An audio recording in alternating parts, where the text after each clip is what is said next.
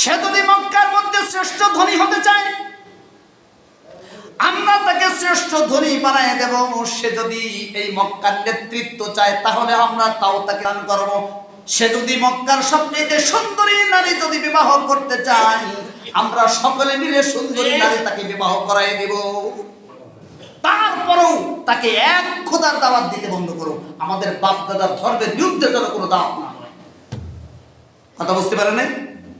তাহলে একদিকে বিচার আর একদিকে অফারও দিন। আবু তালিব ভাতিজার কাছে গিয়ে বলল, বাজান রে, ব্যাপার তো এই, মক্কা গরম হয়ে গেছে, তুমি এক খোদার দাওয়াত দাও, কালেমার দাওয়াত দাও, দাওয়াত বন্ধ করতে বলতেছে। না হলে তাদের হাতে তোমাকে ছেড়ে দিতে বললো আমাকে। আর একটা অফার তোমার জন্য দিয়েছে, তুমি কি চাও বলো? এই মক্কার মধ্যে শ্রেষ্ঠ ধনী যদি হইতে চাও, তাও তোমাকে বানাই দিবে। এই মক্কার মধ্যে নেতৃত্ব যদি চাও, তাহলে তোমাকে নেতা বানাই দিবেন। তুমি যদি শ্রেষ্ঠ সুন্দরী নারী বিবাহ করতে চাও, তাও তারা দিবে। তুমি কি চাও তা তারা পূরণ করবে। তারপরও এই কালেমার দাওয়াত তুমি বন্ধ করে দাও। দেখেন, চাচার জবান থেকে যখন এই কথা শুনছে, শোনার পরে আল্লাহ নবী দরদার করে চোখের পানি ছেড়ে দিছেন।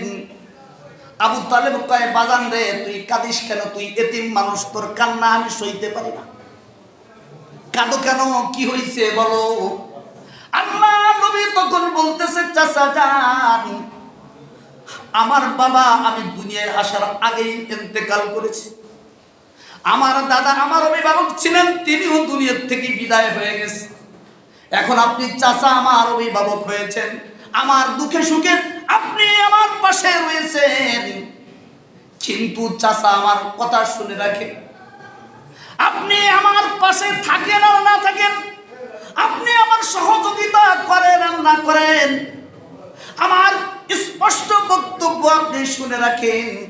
ওই আবু জেহেল, উতবা, সাইবারা যদি এই আকাশের চন্দ্র যদি আমার এক হাতে এনে দেয়, আর আকাশের সূর্য যদি আর এক হাতে এনে দেয়, আর আমাকে যদি বলা হয় এক মুহূর্তের জন্য কালেমার দাওয়াত বন্ধ করো, আমি মুহাম্মদুর রাসূলুল্লাহ, আমি স্পষ্ট বলতেছি, এক মুহূর্তের জন্য কালেমার দাওয়াত বন্ধ করতে পারবো না।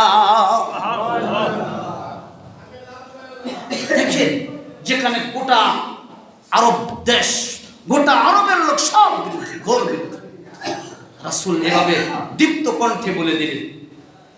আবু তালেব এই কথা শোনার পরে আবু তালেব বলতেছে, বাজান রে, তুমি মনে করছো নাকি তোমাকে আমি কাফের আবু জেহেল, উতবা, সাইবাদের কাছে হাতে ছেড়ে দেবো? তাই মনে করছো নাকি? তুমি আমার কথা শুনে রাখো, আমার অঙ্গীকার, আমার দেহের মধ্যে জান বাকি থাকা পর্যন্ত আমি তোমার গায়ে একটা খড়ের আসল দিতে আমি দিব না। যাও, তুমি দিনের দাওয়াত দাও, তুমি এক কালেমার দাওয়াত দিতে সাবধান।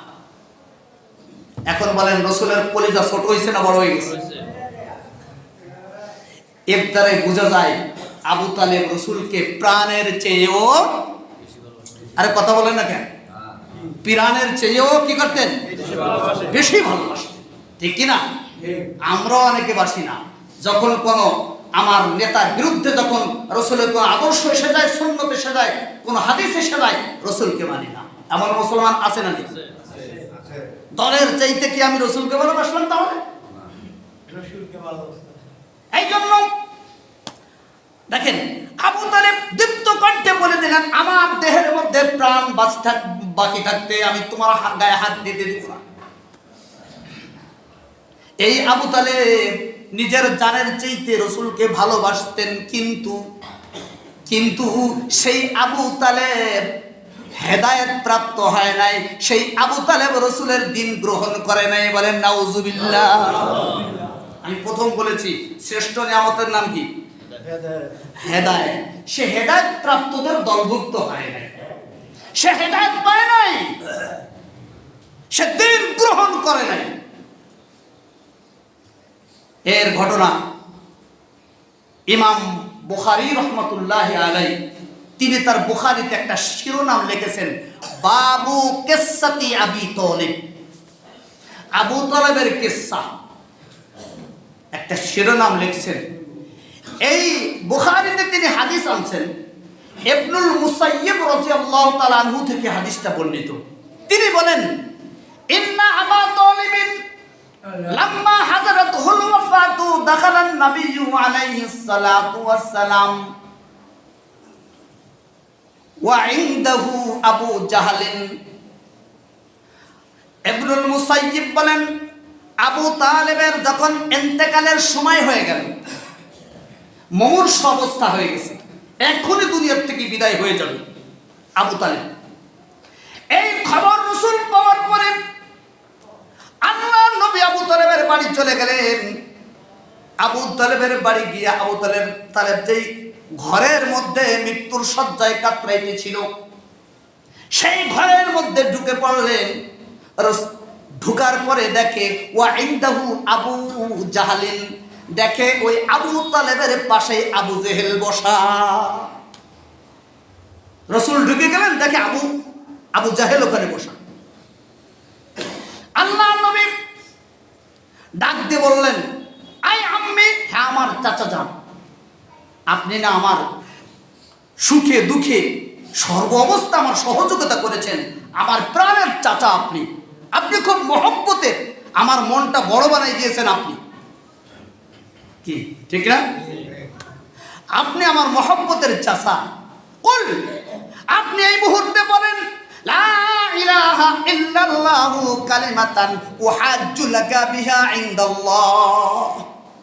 আপনি এখন এই মুহূর্তে আমাকে একটু কালেমা পড়ে শোনাই দিন, লা ইলাহা ইল্লাল্লাহ, আল্লাহ ছাড়া কোনো কি নাই, ইলাহ নাই, এই কথাটা শুধু আমাকে শোনাই দিন, যাতে করে কিয়ামতের ময়দানে আপনার পক্ষ হয়ে আমি আল্লাহর কাছে সুপারিশের পারমিশন পেয়ে যাই।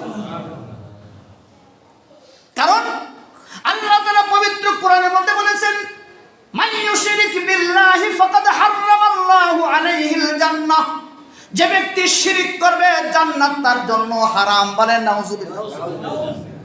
শিরিক করলে জান্নাত কি হারাম।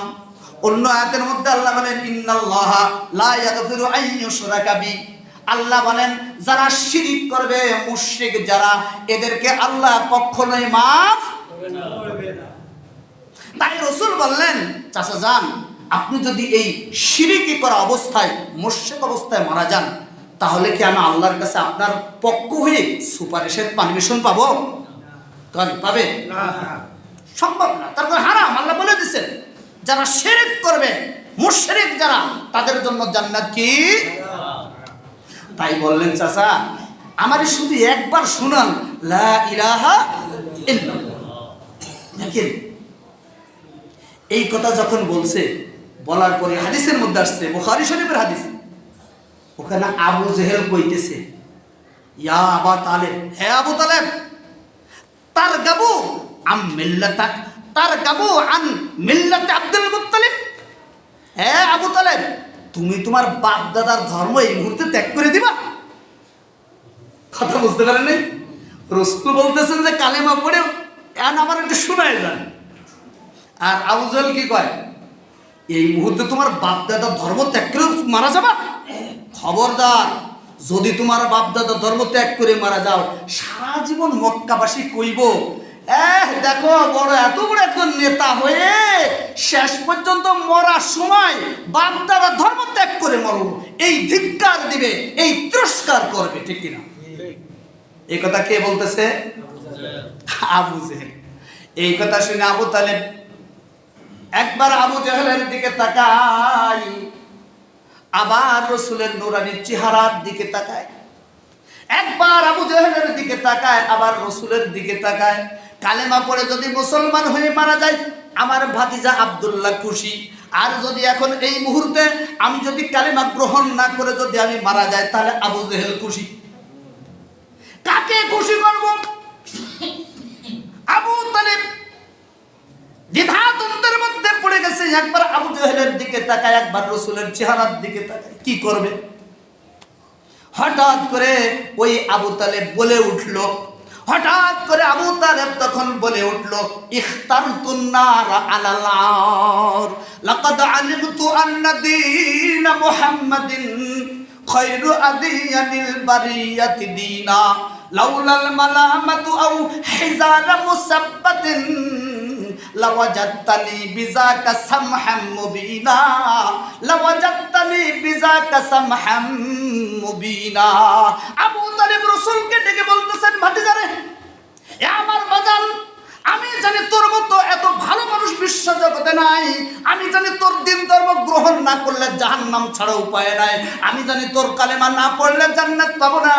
আমি জানি তোর কথা না শুনলে আমি পরকালে মুক্তি পাবো না। এটা আমি ভালো করে বিশ্বাস করি। কিন্তু আমি যদি তোর কালেমা পড়ে মুসলমান হয়ে যাই, তাহলে সারা জীবন এই মক্কাবাসী আমাকে তিরস্কার করবে। এই জন্য এই তিরস্কারের ভয়ে আমি তোর কালেমা আমি ফেরত দিলাম। আমি তোর কালেমা গ্রহণ করলাম না, আমি আগুনকে গ্রহণ করলাম। বলেন নাউজুবিল্লাহ।